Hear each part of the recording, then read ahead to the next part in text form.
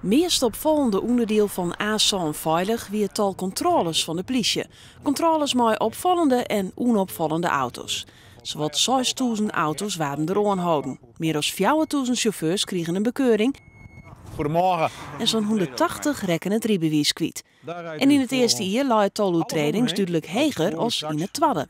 De controles hadden dus vertutendienst, zo lijkt het.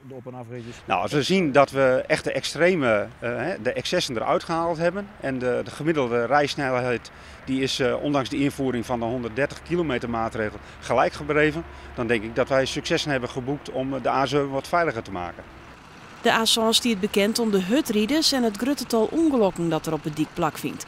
In Friesland vinden automobilisten vooral de op- en aanritten bij het Jereveen en Drachten en de rotonde bij de Jouwer gevaarlijk. Op die punten, 3 van de 4, daar wordt de komende jaren actie ondernomen om dat te verbeteren. Bij de in- en uitvoerstroken bij Heerenveen en Drachten zijn die plannen er nog niet.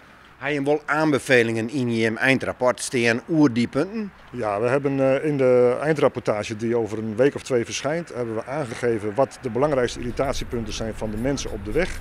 En daar hebben we al deze 4 punten ook benoemd. De actie is noodien en dus bestiert het gevaar dat de echte waaipiraten weer in haar oude gewoontes weer omvallen. Te hutrieden, bumperkleven, de kans dat je pakt wordt is weer een stuk lietser. Of net?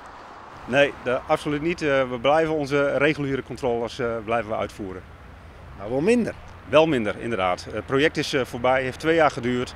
Maar u zult de politie nog wel tegenkomen op de A7.